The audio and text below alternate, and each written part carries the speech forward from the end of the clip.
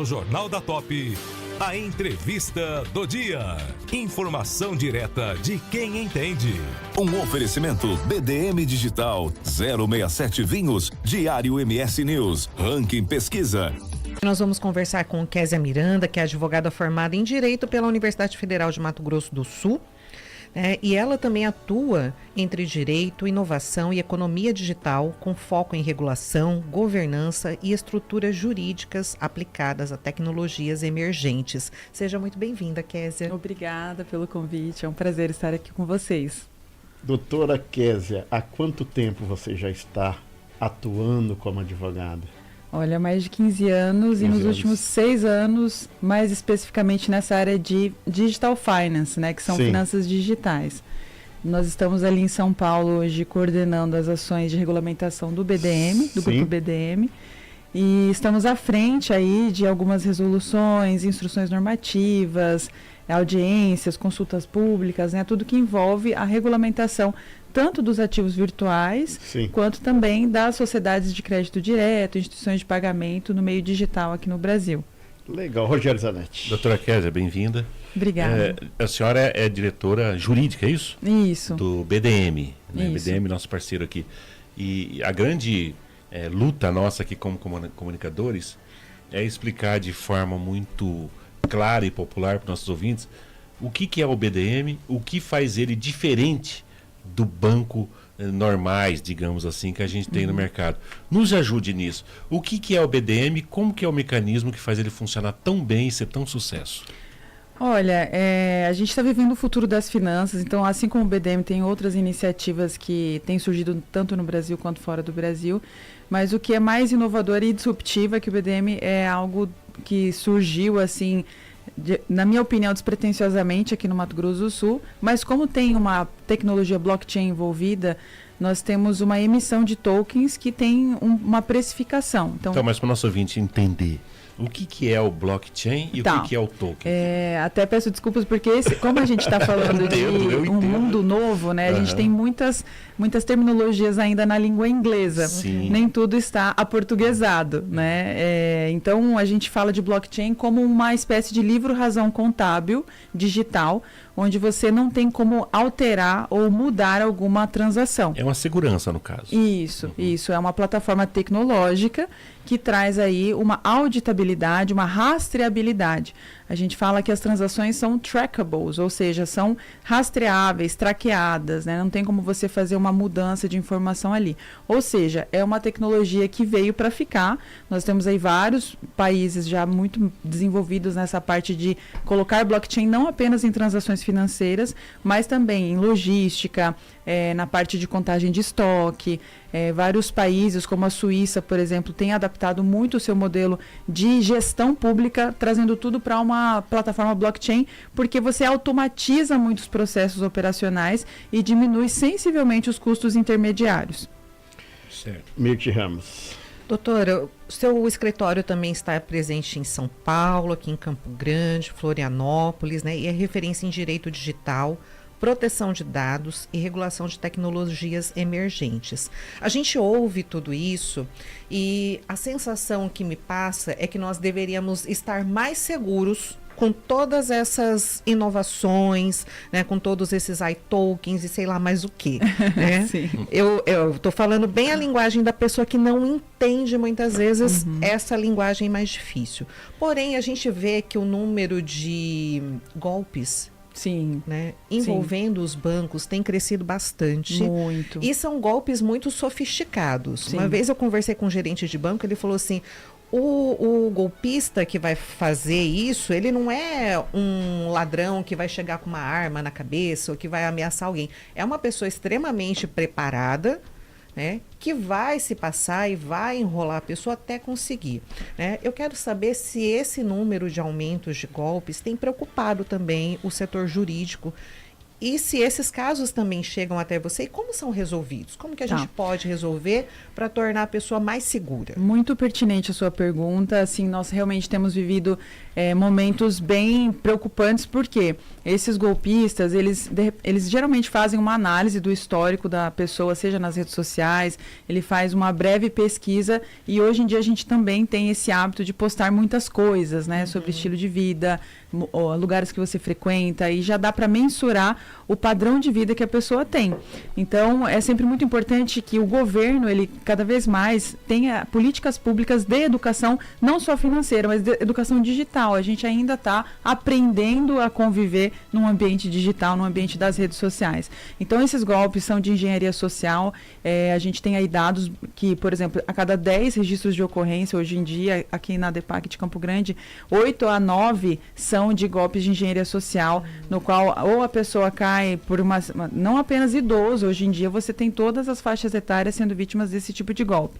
Então, na minha opinião, assim, tanto o Banco Central quanto Receita Federal, Ministério da Fazenda, os órgãos de controle e fiscalização de dados públicos no Brasil, em especial dados financeiros, deveriam ter mais políticas públicas, mais campanhas educativas, e também trazer isso de uma forma mais fácil, de como que a pessoa pode identificar esse tipo de golpe, seja na internet ou fazendo ali a análise das suas redes sociais. Mas assim, nós estamos passando por uma das maiores transformações silenciosas, né? O Brasil, se a gente colocar de 2019 até 2026, a gente tem mais de 40% dos brasileiros que foram bancarizados. Então, em 2019, a gente tinha uma informação que ainda faltava 45% de brasileiros que não tinham conta em banco, não tinha acesso a um aparelho celular, a pessoa não tinha celular. Claro que a pandemia acelerou tudo isso, né? Sim. Mas o acesso dos brasileiros, de modo geral, a um aparelho celular, à internet,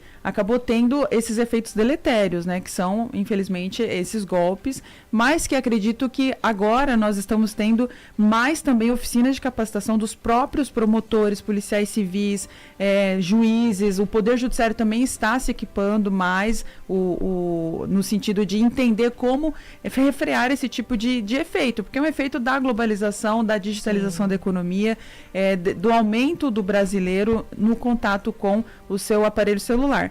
Mas o que a gente tem, assim, eu acho que do ponto de vista da prática, né, as pessoas precisam sempre certificar quem que é a pessoa do outro lado. Geralmente se passa por um advogado, se passa por algum representante de uma determinada empresa. Aqui em Campo Grande nós já tivemos um caso, por exemplo, de uma pessoa nos procurar falando que se passaram por ela numa agência de veículos e estava a ponto de tirar um veículo no nome dela, e a agência não teve a gente chama de due diligence, né, que é um termo para falar da diligência prévia. Não fez a verificação de se realmente a pessoa do outro lado realmente era a pessoa que se dizia ser. E como que essa agência de veículos caiu também nesse golpe, que é uma pessoa jurídica, teoricamente deveria ter suporte jurídico, suporte comercial, pessoas qualificadas para atender.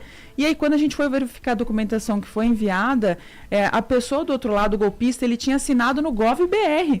Ele tinha conseguido fazer uma invasão no celular, pegou a senha e fez um deepfake, fez ou seja, ele conseguiu fazer uma imagem de inteligência artificial, no qual esse cliente que nos procurou, ele estava segurando a foto do lado como se estivesse fazendo aquela selfie com a identidade do lado.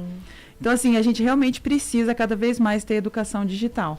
Muito bem, doutora Kézia. Nós, desde 1994, surgiu o real muito forte, uma moeda muito respeitada no mundo inteiro, né?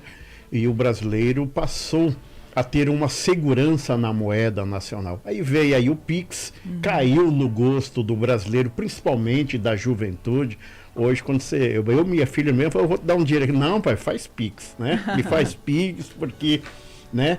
E temos a questão das moedas digitais, como o Bitcoin, que não é usada, por exemplo, no dia a dia. Qual a diferença do BDM, que eu vejo aqui, por exemplo, em Campo Grande, tem mais 380 estabelecimentos que aceitam o BDM, esse ativo digital, e como fazer com que essas moedas e ativos digitais venha a ser utilizada no dia a dia, comparado, por exemplo, com o Pix.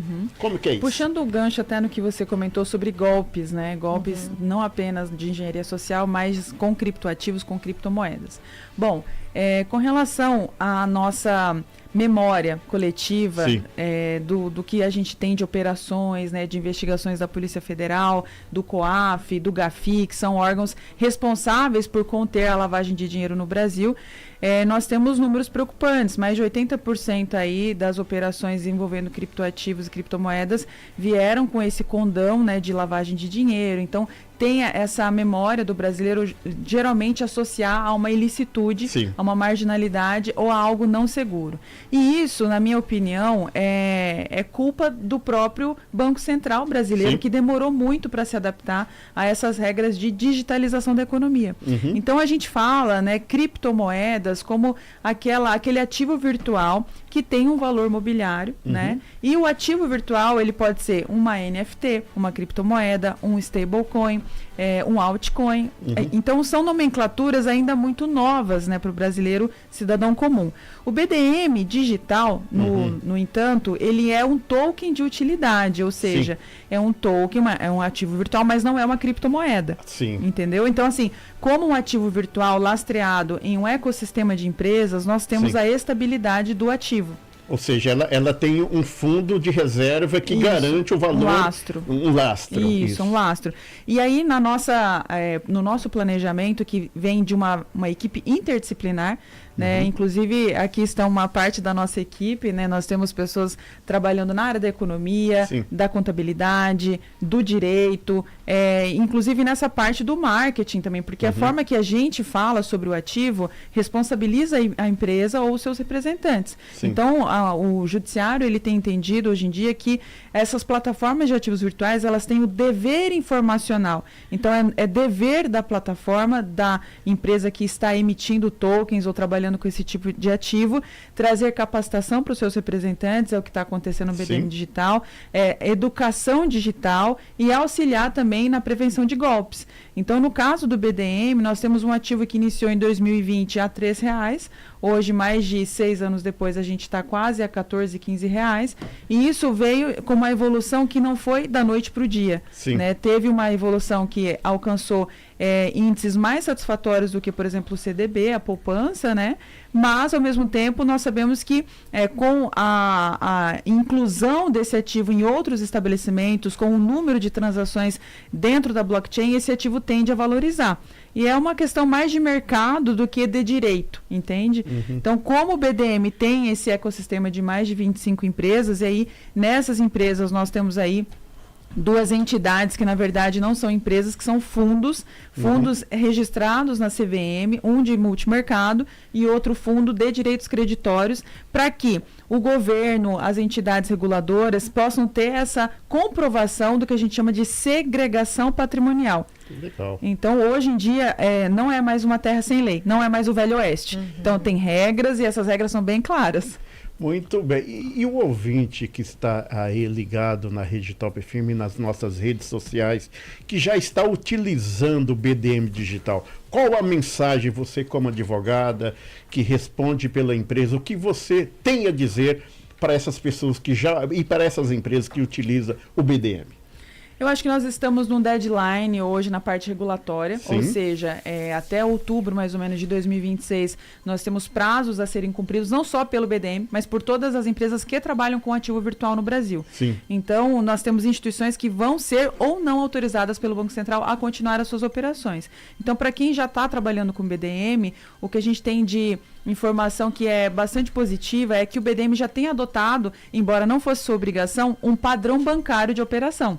No que se refere a compliance, a QIC, que a gente fala que é o Know Your Customer, ou conheça o seu cliente. Então, Então, para fazer uma abertura de conta no BDM, é preciso encaminhar sua identidade ou seu passaporte se for estrangeiro. É importante fazer uma biometria, né, um Face ID. Então, todos esses dados, né, estão protegidos por LGPD, mas são necessários para que a gente possa entender quem está investindo no ativo. Então, do ponto de vista de segurança jurídica cibernética do BDM Digital, nós já temos feito esse cumprimento de regras que já vem lá de 2020 e 2021 com o MiCA, que a gente fala que é o regulamento europeu na parte de ativos virtuais. Então, o Brasil ele vai numa tendência internacional de regulamentação do ativo virtual. Então, para quem já está trabalhando com o BDM, a boa notícia é que nós já estamos nos adaptando há muito tempo a essas mudanças. Qual que é a diferença do banco BDM e o digital e o banco? Digital e o banco, qual que é a diferença? Tá, vamos lá. Em primeiro lugar, são duas entidades totalmente apartadas, ou seja, o BDM Digital, ele iniciou lá em 2020 com o primeiro CNPJ, e à medida que a gente foi analisando até a volumetria, a vocação institucional, a natureza, o objetivo, a gente migrou para um outro CNPJ. Tudo é feito com muito planejamento, e inclusive para se adaptar às regras do Banco Central. Porque o Banco Central ele se atualiza quase toda semana. Para quem acompanha o mercado financeiro, o mercado de capitais, né, nós temos resoluções e orientações a toda semana. Então, quem quer trabalhar com a área financeira precisa estar sempre tendo essa consciência de que vai ser amplamente monitorado e fiscalizado. Então, às vezes as pessoas têm uma ideia de que trabalhar com ativos virtuais é, como se diz, né, o velho oeste, uma terra sem lei. Não é mais assim. Então, com relação ao BDM Digital, foi feita toda uma mudança de estrutura societária. Por quê? Porque a gente já imaginava que viriam novas resoluções para falar, por exemplo, de capacidade econômica financeira dos sócios, todas essas questões reputacionais e de compliance. Com relação, então, ao BDM Bank, o que se percebeu? Que naquele primeiro momento de fazer o plano de negócios do BDM Digital, ou seja, entender a substância econômica do projeto do BDM Digital, deveria-se ter uma entidade com essa vocação de trabalhar moeda fiduciária, ou seja, teria que ser uma outra estrutura para fazer os pagamentos, a liquidação. Então, eu não posso trabalhar, por exemplo, com várias atividades no mesmo CNPJ. Eu preciso ter CNPJs, licenças específicas, justamente para poder ter os recolhimentos dos impostos necessários, poder ter a parte fiscal sempre em dia e a parte regulatória e prudencial que a gente fala. Então, o BDM Bank ele surgiu de uma necessidade de ampliação do nosso core banking, né, do grupo BDM, tanto é que depois a gente teve também o BDM Corp, que está numa estrutura internacional. Então, o BDM Corp, ele vem também para satisfazer essas questões internacionais, para não ter nenhum problema, por exemplo, na remessa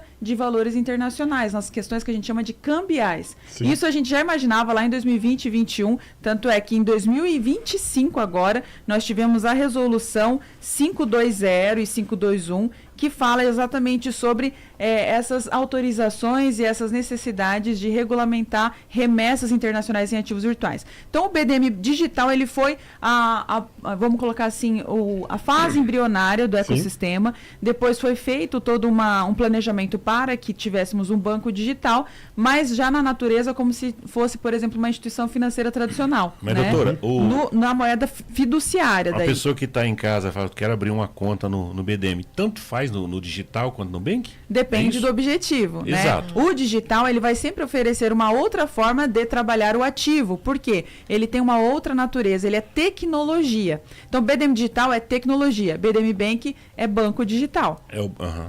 Então é mais fácil entender dessa forma, porque até na hora de declarar o imposto de renda, as pessoas muitas vezes elas querem colocar o ativo virtual como um investimento tradicional. E aí vai ter um pagamento de um imposto que não é necessário, porque não, no sentido assim, de não ser aquela natureza. A natureza do imposto de renda, por exemplo, é sobre o ganho de capital. E a Receita ela tem regras específicas para quando se trata de ganho de capital em ativos virtuais. Então por isso que é importante separar. Uma coisa é ativo virtual, outra coisa é investimento tradicional. Mas nesse caso, então, a pessoa que está interessada, que já sabe, a gente tem falado há muito tempo que o investimento no BDM é totalmente seguro, convém ela procurar o site, o telefone, para obter essas informações para poder fazer a aplicação correta. Eu vou falar mais. Para a pessoa que quer entender mais do projeto, existe um documento que é obrigatório, que quando você trabalha com ativos virtuais, que chama White Paper.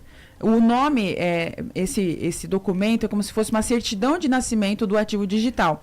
Ou seja, o white paper, ele vai trazer todo o roadmap, são tudo palavras em inglês, né? O roadmap é como se fosse a trilha. Onde vocês querem chegar? Por que foi criado esse ativo? Qual que é a finalidade socioeconômica? O que se pretende, né? E aí a gente tem o ICO, que é o Initial Coin Offer. O que é isso? Quando foi lançado? Por que foi lançado? Qual que é o marco temporal? Isso ajuda o investidor a entender o projeto. Porque é aquela coisa, se você não se sente seguro em fazer um investimento, não faça. É importante você ter consciência do que você está fazendo, ter educação financeira, fazer um planejamento familiar, entender a curto, médio e longo prazo, o que a gente chama nos bancos tradicionais de suitability, né? Qual que é o seu perfil, qual que é a sua vocação? Você pode dar um passo maior que a perna ou não, né? Então, o BDM Digital, assim como qualquer outro ativo financeiro ou digital, ele precisa ter uma análise de um planejador financeiro. Aí entra a figura de um planejador financeiro. Mas, de um modo geral, quem trabalha com BDM Digital tem tido resultados satisfatórios e acima da média, porque o trabalho é muito sério, um trabalho muito sólido e que tem o que a gente falou aqui de lastro, né? Muito bem. Vou citar aqui uma empresa que utiliza o BDM, inclusive já até paguei, que é a rede de postos Locatelli aqui em Campo Grande. Kátia Locatelli utiliza. E todos os postos deles. Sim, você pode pagar em BDM, né? Muito legal. Mirdi Ramos. Para quem está ouvindo a nossa entrevista, a partir de quanto pode investir, quanto tempo para eu poder resgatar, né? No ativo, né, do BDM. No BDM digital. Olha, eu acredito que o ativo ali, no próprio aplicativo, você pode fazer Pix do valor que você quiser, né? Não tem um número mínimo, um número máximo. Vai do seu bolso mesmo, do seu apetite financeiro. Agora, a gente sempre orienta a não deixar todos os ovos na mesma cesta. Então, o próprio BDM Digital, ele tem vários tokens. Então, tem várias formas de você também interagir com o aplicativo. Então, é muito interessante procurar um representante do BDM Digital para entender mais. Qual que é o WhatsApp ou o e-mail, Instagram, para poder entrar em contato para mais informações? No nosso Instagram tem ali acho que é BD Mercantil, né? A gente pode deixar disponível depois para vocês, mas você procurando BDM Digital no Instagram, no Google, você já vem nos sites oficiais. Já está indexado nas primeiras páginas. Muito bem. Olha, mais alguma pergunta, Rogério Zanetti? Satisfeito. Satisfeito? Posso investir mais um pouquinho no BDM? Opa! Queremos agradecer suas considerações. Obrigada, gente. Fique à vontade para suas considerações aqui na Top FM. Eu acho que assim, o cenário global vive uma outra era, né? A gente não está mais num mundo que trabalha com cédulas físicas, tem todo um movimento internacional de entender cada vez mais aquilo que eu falei anteriormente, que é a blockchain. E o BDM Digital, por exemplo, ele adota a blockchain como tecnologia e à medida que a economia vai girando, vai aumentando, a capacidade econômica e aquisitiva do brasileiro vai aumentando, naturalmente a gente quer saber mais, né, de investimentos. Então, eu até convido o brasileiro, né, quem está nos ouvindo, a visitar o Museu da B3 ali na Praça 15 de Novembro, no centro de São Paulo, porque ele fala muito sobre como ainda temos um terreno inóspito nessa área de investimentos no Brasil. O brasileiro tem, às vezes, inseguranças e problemas tão básicos ainda, né, em termos de questões sociais. A gente ainda tem muitas coisas a serem superadas para falar de investimentos, né? Mas estamos, felizmente, conseguindo fazer o brasileiro entender que ele precisa parar um momento da semana, bater planilha, colocar a coisa na ponta da caneta, separar uma parte para o futuro, para ele ter uma vida tranquila e confortável. Muito bem, obrigado pela sua presença e disponha sempre aqui dos microfones da Rede Top FM. Obrigada, gente, pelo convite. Vamos!